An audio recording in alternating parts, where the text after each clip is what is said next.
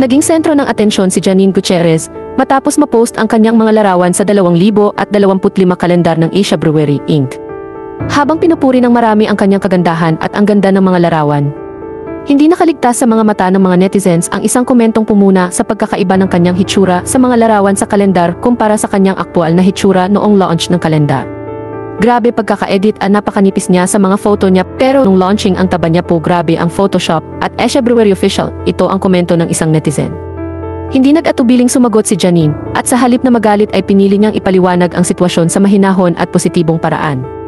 I can see how this can be confusing. We shot the calendar in October and the launch was in December. In those 2 months, I went to Japan for the film festival, attended Thanksgiving parties for our show, and really took a break from strict diet and workout. I always take it easy during the holidays and enjoy in my body in its different shapes. You should too.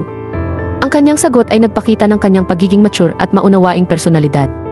Hindi niya itinago ang pagbabago sa kanyang timbang, sa halip ay inamin niya ito at sinabi niyang masaya siyang tanggapin ang kanyang katawan sa iba't ibang hugis nito. Pinatibay pa niya ang kanyang mensahe sa pamamagitan ng pag-encourage sa iba na gawin din ang pareho. Ang pagiging matapat ni Janine ay nagbigay inspirasyon sa marami. Ipinakita niyang hindi kailangan maging perpekto ang isang tao upang mahalin at tanggapin ang kanyang sarili.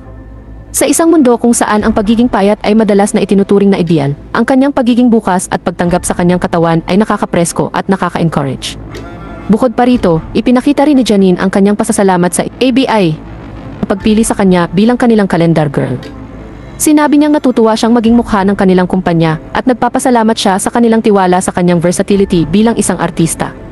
Ang kanyang pagiging mapagpakumbaba at masaya ay nagpapakita ng kanyang tunay na personalidad at nagbibigay sa kanya ng mas malaking respeto mula sa publiko.